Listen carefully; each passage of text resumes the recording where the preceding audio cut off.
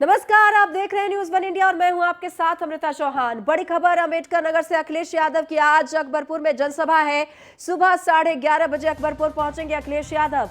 अकबरपुर की जनसभा में बसपा को बड़ा झटका देंगे अखिलेश यादव, क्योंकि लालजी वर्मा और राम अचल राजभर मंच पर पहुंचेंगे, यहां पर मौजूद रहेंगे। अकबरपुर की जनसभा को संबोधित भी करेंगे। तो आपको बता दें, यहां पर अखिलेश यादव अंबेडकर नगर में जनसभा को संबोधित करेंगे। अंबेडकर नगर ये वो इलाका है जहां पर सेंधमारी की कोशिश होगी, क्योंकि बसपा का इलाका माना जाता है। और खास बात ये, लालजी वर्मा और राम अचल राजभर बड़े कद्दावर नेता हैं और इन दोनों के सपा में आने से बसपा के लिए बड़ा नुकसान हो सकता है। ये दोनों ही ऐसे नेता हैं जिन पर आरोप लगा था, बसपा के खिलाफ गतिविधि का आरोप लगा था, यानी पार्टी के खिलाफ गतिविधि का आरोप लगा था। उसके बाद पार्टी से निष्कासित किए गए थे लालजी वर्मा और राम अचल राजभर, और इन दोनों को निष्कासित किया गया बीजेपी की बसपा की तरफ से, माफ कीजिएगा, बसपा ने निकाला था और बसपा के से निकाले जाने के बाद सपा में ये शामिल हुए हैं। और जाहिर तौर पर ये जो इलाका है इनके लिए बसपा का ये इलाका, और यहाँ पर ही सेंधमारी की कोशिश होगी आज सपा की तरफ से। यानी यहाँ पर अंबेडकर नगर में जनसभा को संबोधित करेंगे और ये कोशिश होगी कि यहाँ का जो जनाधार है उसको खिसकाया जाए। जो जनाधार है वो बसपा का जनाधार है। ऐसे में यहाँ पर जनसभा को संबोधित करेंगे और अपने पाले में जो वोट बैंक है बसपा का, उसको अपने पाले में करने की पूरी कोशिश होगी सपा की। यानी सपा के जो राष्ट्रीय अध्यक्ष है अखिलेश यादव, उनकी पूरी कोशिश है जोड़-तोड़ की, और जोड़-तोड़ के गणित से ही वो आगे बढ़ रहे हैं। और इसी गणित से वो आगे बढ़ते हुए उनकी ये पूरी कोशिश है कि आगामी विधानसभा चुनाव में जो रणनीति है जीत की, वो रणनीति बनाने की कोशिशों के तहत वो आगे जोड़-तोड़ के गणित के साथ आगे बढ़ रहे हैं।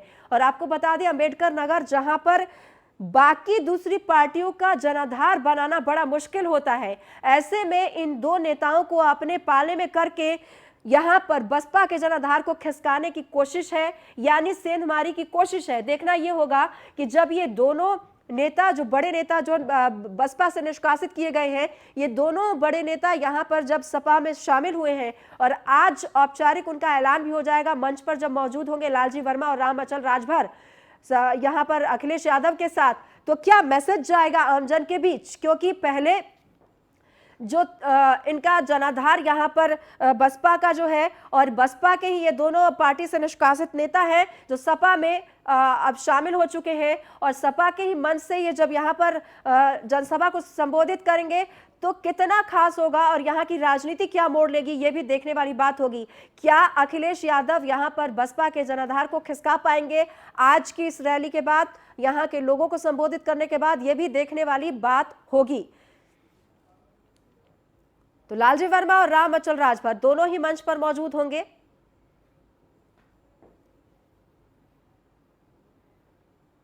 और शामली में जयंत चौधरी की भी हुंकार है। आरएलडी अध्यक्ष है जयंत चौधरी, परिवर्तन संदेश रैली करेंगे। गन्ने के मुद्दे को लेकर सरकार को घेरने की कोशिश होगी। तो शामली में जयंत चौधरी जनसभा को संबोधित करेंगे और यहां पर परिवर्तन संदेश रैली करेंगे, और इनकी कोशिश ये होगी कि किसानों को अपने पाले में की जाए। किसान के नेता माने जाते हैं, इनके पिता भी किसानों के नेता माने जाते रहे हैं, अजित चौधरी के बेटे हैं जयंत चौधरी। और आपको बता दें कि शामली में जयंत चौधरी हुंकार भरेंगे और इनकी परिवर्तन संदेश रैली है। तो देखना यह होगा कि कितनी तादाद में लोग यहां पर आएंगे। गन्ने के मुद्दे को लेकर सरकार को घेरने की कोशिश होगी। तो अलग अलग मुद्दे लेकर जो तमाम विपक्षी पार्टियां हैं वो यहां पर सरकार को घेरने की कोशिश कर रहे हैं, क्योंकि आगामी विधानसभा चुनाव है। ऐसे में सभी ने अपनी कमर कसी हुई है, और देखना यह होगा कि आज क्या कुछ कहने वाले हैं मंच से जयंत चौधरी। तो शामली में जयंत चौधरी जनसभा को संबोधित करेंगे।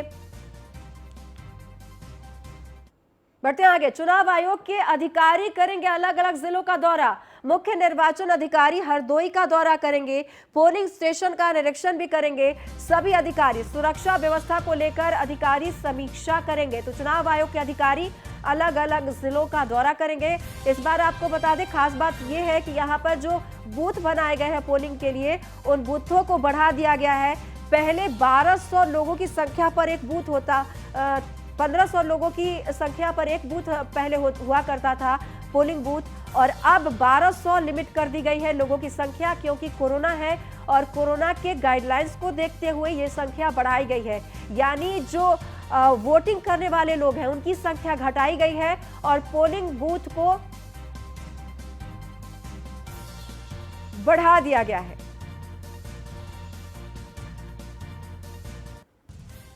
और फर्रुखाबाद से अहम खबर, जिला जेल में कैदियों ने बवाल किया है। जेल के अंदर आगजनी और पथराव देखने को मिला है। भारी संख्या में पीएसी और पुलिस फोर्स के जिला जेल पहुंचे हैं पुलिस फोर्स। जेलर से कई सुरक्षा कर्मचारी यहां पर घायल भी हुए हैं। आपको बता दें, फतेहगढ़ कोतवाली क्षेत्र स्थित जिला जेल का यह मामला है। भारी संख्या में पीएसी और पुलिस फोर्स के जवान पहुंच चुके हैं जेल में, और जेलर से लेकर कई सुरक्षा कर्मचारी भी घायल हुए हैं। यानी जेलर भी और कई सुरक्षा कर्मचारी घायल हो चुके हैं। फतेहगढ़ कोतवाली क्षेत्र का जो जिला जेल है वहां का ये मामला बताया जा रहा है, जहां पर कैदियों ने बवाल किया है और इसी बवाल में आगजनी और पथराव भी किए गए हैं जेल के अंदर, जिसमें जेलर घायल हुए हैं और जेल के जो कई कर्मचारी हैं वो भी घायल हुए हैं। भारी संख्या में यहाँ पर पीएसी के जवानों की तैनाती की गई है और सुरक्षा कर्मचारी भी घायल हुए हैं, जेलर भी घायल हुए हैं। तो जेल में कैदियों ने हंगामा किया है, आगजनी की है, पथराव किया है। हालांकि क्या हुआ है यहाँ पर, कैदियों ने क्या, कैदी आपस में ही भिड़ गए थे इसका भी पता नहीं चल पाया है, लेकिन कैदियों ने जमकर उत्पात मचाया है। जेल के अंदर आगजनी और पथराव इन्होंने किया है, जिससे जेल के अंदर जेलर और कर्मचारी घायल हो गए हैं। और यहाँ पर हालात को शांत करने के लिए भारी संख्या में पुलिस फोर्स को बुलाया गया है और पुलिस फोर्स यहां पर तैनात हो गए हैं।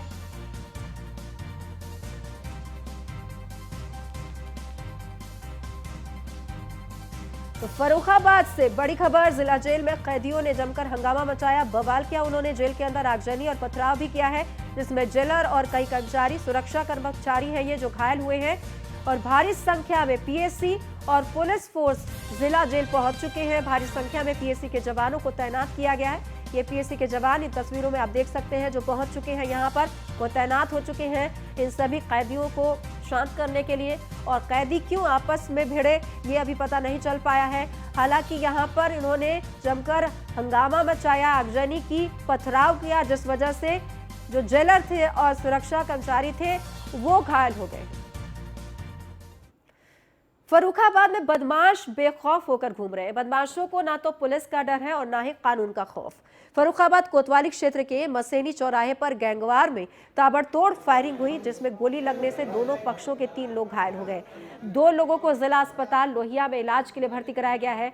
आपको बता दें, शहर में लगातार बढ़ रही घटनाओं पर अंकुश लगाने में पुलिस नाकाम साबित हो रही है।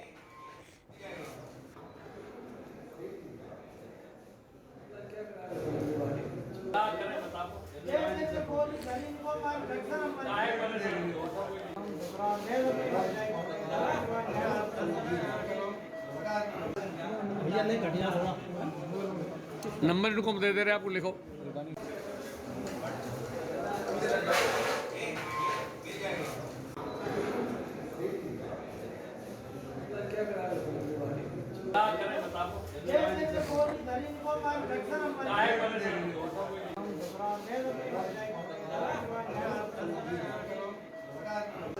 मंदिर पे जा रहे थे, दूध थी तो उनने घेर के एकदम हमला कर दिया। कौन लोग थे?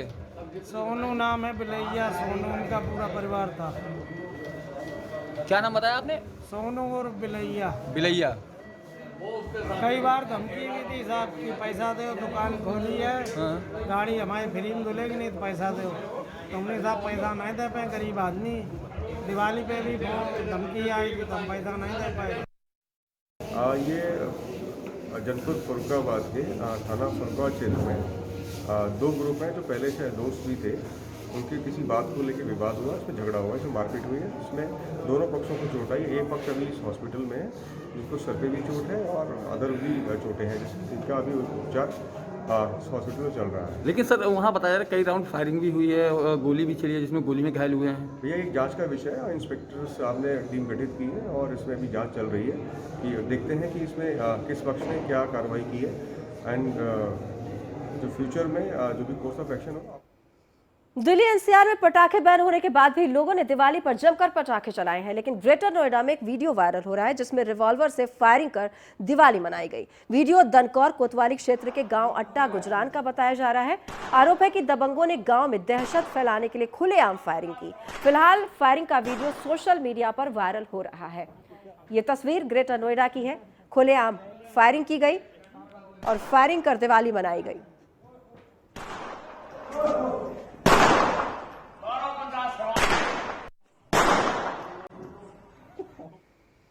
गोंडा में मूर्ति विसर्जन के दौरान बड़ा हादसा हो गया। इस हादसे में 3 लोग नदी में डूब गए। यह हादसा भयकपुरवा गांव के पोखरे के पास हुआ। नदी में डूबे सभी 3 लोग इटियाथोक नबीजोत गांव के हैं। हादसे के कारण बिसी हुई नदी में पानी काफी ज्यादा भरा हुआ है। ये कहा जा रहा है पानी का फ्लो काफी ज्यादा हो गया, इस वजह से यह हादसा हुआ है। हालांकि इस घटना के बाद काफी मशक्कत करने के बाद रेस्क्यू अभियान चलाया गया और तीनों युवकों को नदी से निकालकर अस्पताल भेजा गया, लेकिन डॉक्टरों ने इन तीनों को मृत घोषित कर दिया।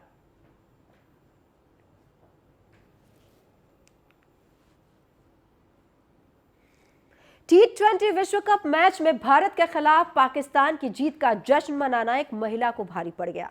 भारतीय क्रिकेट टीम के पाकिस्तान से मैच हारने पर बीबी ने आतिशबाजी की तो पति ने उसके खिलाफ FIR लिखवा दी। मामला रामपुर के गंज थाना क्षेत्र का है। पुलिस ने 29 अक्टूबर को मिली तहरीर पर छानबीन के बाद रामपुर की राबिया शम्सी और उसके मायके वालों के खिलाफ FIR दर्ज की है। राबिया पर भारतीय क्रिकेट खिलाड़ियों का मजाक बनाने का भी आरोप है। ईशान मियां ने थाने में FIR दर्ज कराई और उस FIR में कहा गया है कि उनकी पत्नी राबिया शम्सी का मायका मोहल्ला थाना 3 थाना गंज रामपुर का है। राबिया की भाभी उरूज शम्सी पाकिस्तान की रहने वाली है। पाकिस्तान के जीतने पर बीबी राबिया, उसकी भाभी और बाकी मायके वालों ने जश्न मनाया। ईशान मियां का आरोप है कि उनकी बीबी और ससुराल वालों ने जिस तरह पाकिस्तान की जीत पर आतिशबाजी की है, उससे लगता है कि उनके दिलों में भारत के लिए नफरत है। तो वहीं राबिया का कहना है कि उनके फोन से स्टेटस किसी बच्चे ने लगा दिए होंगे।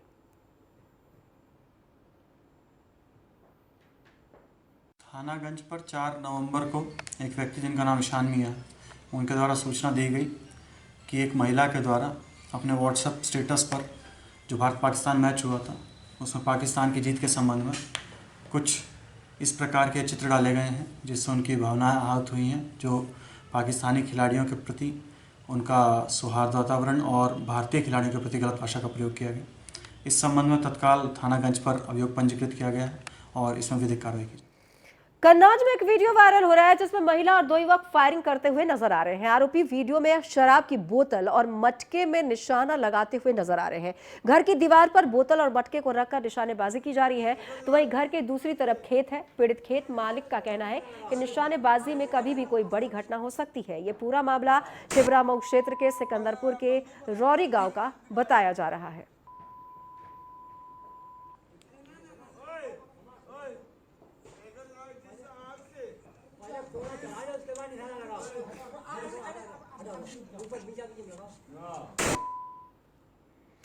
सरकार की लाख कोशिशों के बावजूद भी प्रतापगढ़ में शराब की तस्करी रुकने का नाम नहीं ले रही है।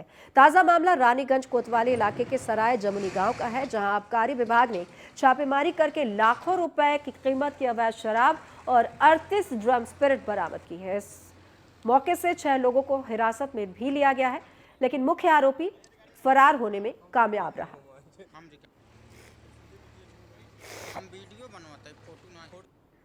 ये जनपद फरुखाबाद के थाना फरुखाबाद क्षेत्र में 2 ग्रुप हैं जो पहले से दोस्त भी थे।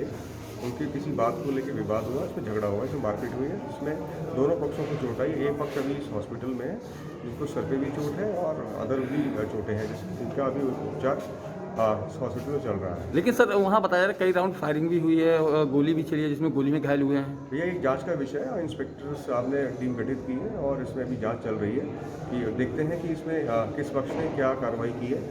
ये देखिए, रानीगंज थाना क्षेत्र के अंतर्गत गांव है सराय जमुनी, इसमें भारी मात्रा में ओपी बरामद हुई है जो कि 38 ड्रम में है और इसकी जो अनुमानित वॉल्यूम है वो करीब 7600 लीटर है। और एक्साइज डिपार्टमेंट के साथ हुई वार्ता के क्रम में उनके द्वारा बताया गया कि इसकी जो वैल्यू है वो करीब 35 लाख रुपए के आसपास है और इससे जो शराब बन के अगर जो बेची जाती तो वो करीब 70 लाख रुपए के आसपास होती। ये काफ़ी कई दिनों से जनपदीय पुलिस के द्वारा लगातार प्रयास किए जा रहे थे, जिसके क्रम में ये बरामदगी हुई है। देखिए, रानीगंज दोषी है सब जेल जाए और सबके ऊपर कार्रवाई हो। और ये कब से चल रहा है, कौन कौन इसमें मिले हैं, संरक्षण है इसका, सबको जो है ऊपर कार्रवाई होनी चाहिए। और पुलिस अधीक्षक हमारे इसमें बड़े अच्छे हैं, कप्तान हमारे और ईमानदार हैं और निश्चित इसमें सही खुलासा कर रहे हैं और सही लोग इसमें जेल जाएंगे और दूध का दूध पानी का पानी हो रहा है। कहीं न कहीं पुलिस विभाग और आबकारी विभाग की मदद से अवैध स्प्रिट बेची जा रही थी, क्या इसमें पुलिस विभाग पर कार्रवाई होगी? देखिए, मैं आपसे कहना चाहता हूँ, मुझको आबकारी विभाग का पता चला है और पुलिस विभाग भी जो ये गलती अगर किया है पुलिस विभाग भी इसमें, तो उनके ऊपर भी मैं कार्रवाई कराऊंगा, कोई इसमें बचेगा। आगे कानपुर में जीका वायरस का कहर थमने का नाम नहीं ले रहा है। बीते दिन 13 केस सामने आए हैं जिसमें 2 बच्चे भी शामिल हैं। आपको बता दें 108 सैंपल में से 13 में जीका वायरस की पुष्टि हुई है। कानपुर में अब तक जीका वायरस के 79 केस सामने आ चुके हैं जिनमें 24 महिलाएं भी शामिल हैं। चकेरी के 12 मोहल्लों में एंटी लार्वा का छिड़काव किया जा रहा है। कोरोना की तरह नगर निगम में जीका वायरस को लेकर भी कंट्रोल रूम बनाया गया है। सीसीटीवी कैमरे से अब निगरानी की जाएगी। नोडल अधिकारी और उनकी टीम भी निगरानी करेगी। जीका वायरस के बढ़ते केस को देखते हुए नगर निगम में ये कंट्रोल रूम बनाया गया है जहां हर रोज शाम को नगर निगम में सीएमओ बैठक करेंगे। तो 13 नए केस सामने आए हैं जिनमें 2 बच्चे भी शामिल हैं। आपको बता दें एडीज मच्छर के काटने से ये बीमारी होती है। ऐसे में जहां पर ये बीमारी फैली होती है वहां जाने से बचे, क्योंकि अगर मच्छर उस बीमारी वाले मरीज को काटकर आपको काटता है तो आपको भी ये बीमारी हो सकती है। और जीका वायरस के जो मामले हैं वो मिलते जुलते हैं डेंगू से भी, क्योंकि मच्छर एडीज के काटने से ही ये बीमारी होती है। तो ऐसे में अपने आसपास सफाई का ध्यान रखें। और आपको ग्राफिक्स के जरिए भी ये बताएंगे कि एडीज की बीमारी क्या है, एडीज मच्छर क्या है और जीका वायरस की बीमारी क्या है। दरअसल मच्छरों से होने वाली ये बीमारी है, एडीज के काटने से यह बीमारी होती है। और जो मरीज हैं उनको अपना ध्यान रखना होता है, ज़्यादातर उन्हें फ्लूइड खाना चाहिए। त्वचा पर रैशेज आ जाते हैं, ये लक्षण है, दर्द होता है पूरी बॉडी में। दरअसल रैशेज डेंगू में भी होता है, तो कई बार लोगों को ये पता नहीं चल पाता है कि उन्हें जीका हुआ है या फिर उन्हें डेंगू की बीमारी हुई है, क्योंकि जो सिम्टम्स हैं वो सेम है, लक्षण सेम है। कमजोरी महसूस होती है जीका, जब किसी को जीका वायरस हो जाता है तो ऐसे में बेहद ध्यान रखने की ज़रूरत होती है, रेस्ट लेना होता है। एक मनुष्य से दूसरे मनुष्य में फैलता है, यानी कि अगर आपको ये पता चले कि आपके पड़ोस में किसी को ये बीमारी है तो आपको वहां जाने से बचना चाहिए। आपको बता दें कानपुर में पांव पसार रहा है जीका वायरस। अपने आसपास घर में मच्छर को पनपने ना दें। आपको बता दें दिवाली के दिन 56 नए मरीज मिले हैं। जीका वायरस का मामला लगातार बढ़ता जा रहा है जो चिंताजनक है। सरकार ने स्वास्थ्य महकमा को अलर्ट कर दिया है। सीसीटीवी से भी नजर बनाई जाएगी और अलर्ट मोड पर है स्वास्थ्य महकमा। पहला केस 23 अक्टूबर को सामने आया था, उसके बाद ये मामले लगातार बढ़ते गए हैं और ये बीमारी फैलती भी है, एक से दूसरे को होती है, इसलिए ध्यान रखना जरूरी होता है। आपको बता दें 21 महिलाओं और 45 पुरुषों को यह बीमारी हो चुकी है और 2 बच्चे भी इसकी जद में आ चुके हैं। तो कन्नौज में जीका वायरस ने दस्तक दे दी है। सदर तहसील के कपूरपुरी कटरी गांव में एक शख्स में जीका वायरस की पुष्टि हुई है। पहला केस मिलते ही स्वास्थ्य विभाग पूरी तरह से अलर्ट मोड पर आ गया है। गांव को कंटेनमेंट जोन में घोषित किया गया है। सीएमओ ने गांव वालों और संक्रमित के परिवार के सैंपल जांच के लिए भेज दिए हैं। सीएमओ कन्नौज का कहना है कि जीका वायरस से पीड़ित युवक कानपुर के शिवराजपुर में संक्रमित हुआ है।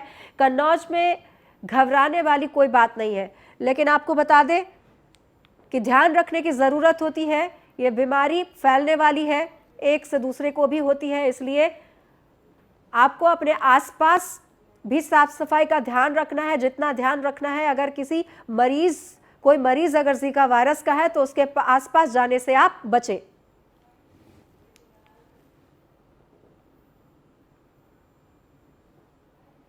ये देखिए, हमको लखनऊ से निर्देश प्राप्त हुए थे कि लखनऊ के कानपुर के सब आसपास जो ब्लॉक हैं जो कानपुर से लगते हैं, एक तो उनकी लिस्ट दे दें आप। तो परसों जो है ना, हमने 2 तारीख को एक तो कन्नौज की और दूसरा तिरवा की ये लिस्ट भेज दी थी। ये कानपुर के नज़दीक पड़ते हैं। उसके बाद से उन्होंने कहा कि जो विलेज अफेक्टेड हैं, जहाँ पे बुखार केसेस ज़्यादा निकल रहे हैं, तो वहाँ पे कुछ सैंपल भिजवाइए लखनऊ लैब के लिए। तो वहाँ से हमने 3 तारीख को 32 सैंपल भिजवाए थे कपूरापुर से। उसमें से कल रात को एक केस पॉजिटिव आया है, जिसका नाम है दशरथ सनाफ सरफीलाल, उसकी उम्र 45 साल। तो इसकी हिस्ट्री ये है कि अभी 2 हफ्ते पहले ही गया था कानपुर में शिवराजपुर में, वहाँ पे एक गाँव है कासामऊ, तो वहाँ पे एक रात रुका था ये। उसके बाद से वहाँ से आया तो इसको 30 तारीख को खांसी जुकाम बुखार की शिकायत हुई।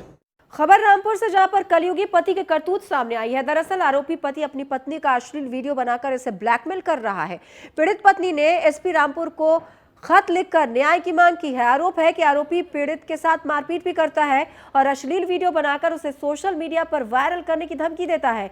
पूरा मामला कोतवाली स्वार क्षेत्र के रसूलपुर का है। पीड़ित महिला सरकारी स्कूल लखीमपुर की प्रधान अध्यापक है। आरोप है कि इसका पति जबरन सैलरी निकालकर जुए में बर्बाद कर देता है और अपनी पत्नी को धमकी भी दे रहा है अश्लील वीडियो बनाकर।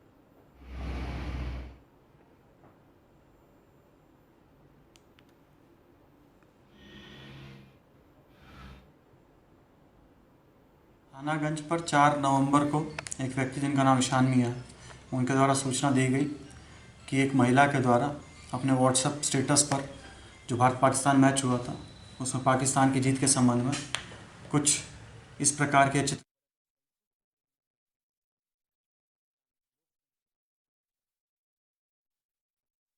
भारतीय खिलाड़ियों के प्रति गलत भाषा का प्रयोग किया गया। इस संबंध में तत्काल थानागंज पर अभियोग पंजीकृत किया गया है और